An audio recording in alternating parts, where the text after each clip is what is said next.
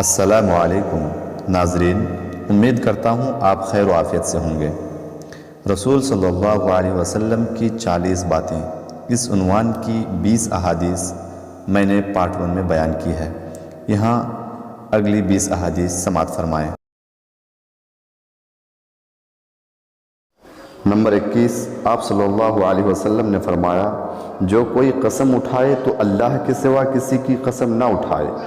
Number 22، رسول اللہ صلی اللہ علیہ وسلم نے قبروں کو پختہ کرنے سے منع فرمایا ہے۔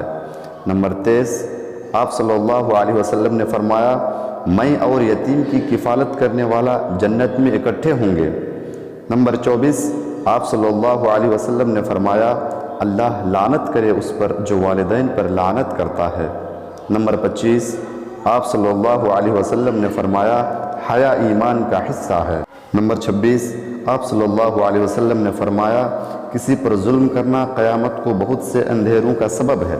نمبر 27، آپ صلی اللہ علیہ وسلم نے فرمایا، دینے والا ہاتھ لینے والے ہاتھ سے بہتر ہے۔ نمبر 28، آپ صلی اللہ علیہ وسلم نے فرمایا، تم میں سے کوئی بھی کھڑے ہو کر پانی نہ پیے۔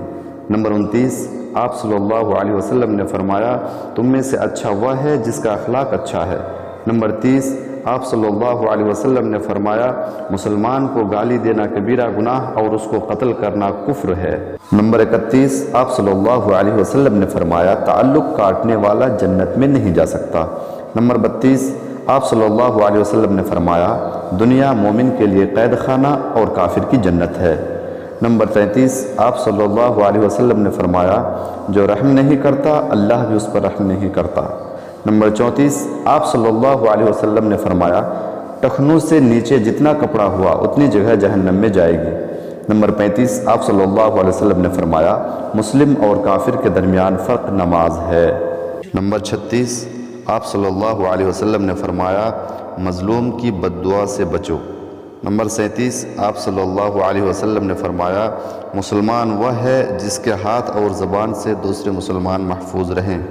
نمبر 38، آپ صلی اللہ علیہ وسلم نے فرمایا، کسی مومن کے لیے جائز نہیں کہ وہ 3 دن سے زیادہ اپنے کسی مسلمان بھائی سے ناراض رہے۔ نمبر 39، آپ صلی اللہ علیہ وسلم نے فرمایا، جس نے کسی کو نیکی کی راہ پر چلائی تو اس کو نیکی کرنے والے کے برابر اجر ملے گا۔